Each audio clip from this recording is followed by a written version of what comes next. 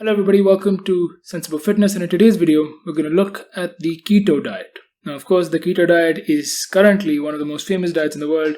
It's what most people hear of. As soon as they say fat loss, they either hear keto or intermittent fasting. So definitely is a very popular diet. A lot of people have done it. A lot of people claim that this is the only way to lose fat because it puts you in a fat burning zone. Is this true? Is this the best way to lose fat?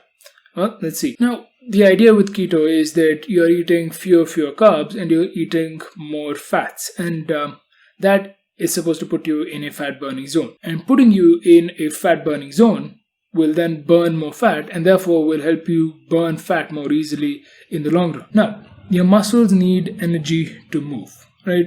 When your muscles move, it uses carbohydrates and fats, and if needed, even proteins to sort of get energy in order to move. Now, out of these, carbohydrates or glycogen is much easier to use. It can be used in both aerobic and anaerobic environments. And more importantly, most people's diets is predominantly higher in glycogen than in fats. So most people often use glycogen or carbohydrates more than they do fats for their daily energy requirements. The important thing to understand here is that neither carbs nor fats are used on their own. They're often used together. So the body likes to be as efficient as possible when it uses energy. So your body will not just exclusively use one macronutrient to power itself. It will use a combination of both.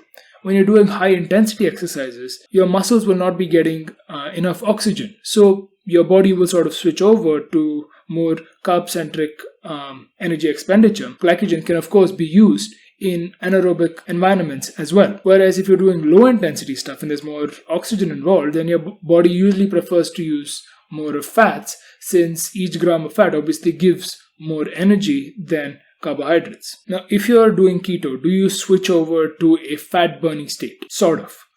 So obviously, because you're not having enough carbs, your body is not really refilling its glycogen stores. So your body is using glycogen for its energy requirements, but it's not receiving enough glycogen to replenish those glycogen stores. So your body will sort of adapt and start using fats for its energy requirements instead of glycogen. Does this lead to more fat? Does being in a fat burning zone lead to more fat? No, it does not lead to fat loss at all.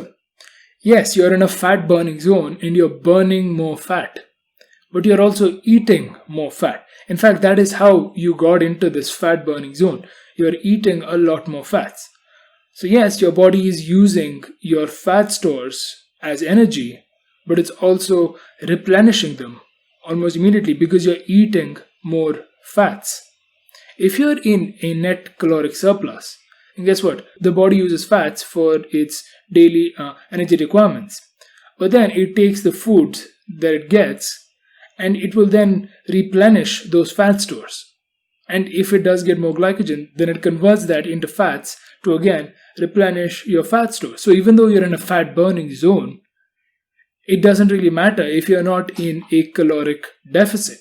If you're not in a caloric deficit, you will not lose fats in any way, shape, or form at all. Moreover, one of the big problems that I have with the keto diet is not just in the diet. The diet itself is just one more diet in a series of different diets, and this is actually one that is at least sort of okay. It's not as bad as, say, for example, the Atkins diet. So this is just another diet in a long list of diets that already exist. But the problem that I have with keto is that it does demonize a macronutrient. It does demonize carbs. And one of the variants of keto is one where they basically shun sugar. They basically say no sugar use, and sugar will never be used ever again because sugar is bad and sugar is what causes fats. And a very stupid extension of that is keto diets where people sort of say that fruits are bad for you. And, because fruits contain sugar, so they cause fat loss. And this sort of demonizing is really not what you want when you're going for a fat loss diet. You don't want to demonize foods because there is no such thing as good or bad foods. You need to be in a net caloric deficit. So while I have no problem with the keto diet itself, it is just one other option out there. How the proponents of keto sort of act and sort of demonize one big macronutrient is something that's a huge problem, because ultimately no single macronutrient, no single food can actually help you lose weight. It just will not help you lose fat. And most of the times when people do switch over to the keto diet, and when they're forced to give up carbs, what happens is that they give up a lot of, calorically dense foods that does have a lot of carbs. They often give up those foods. Now, when they give up a lot of these calorically heavy, calorically dense foods, what happens is they get into a caloric deficit, and that's what causes fat loss, not keto in and of itself. Because of the keto diet, they had to, sort of give up a lot of calorically dense foods that they used to eat. That put them into a caloric deficit, and that then caused fat loss. Now, again, if they were doing any normal diet and they were to cut out these junk foods, they would still lose fat, because what caused the fat loss wasn't the keto, it was the caloric deficit.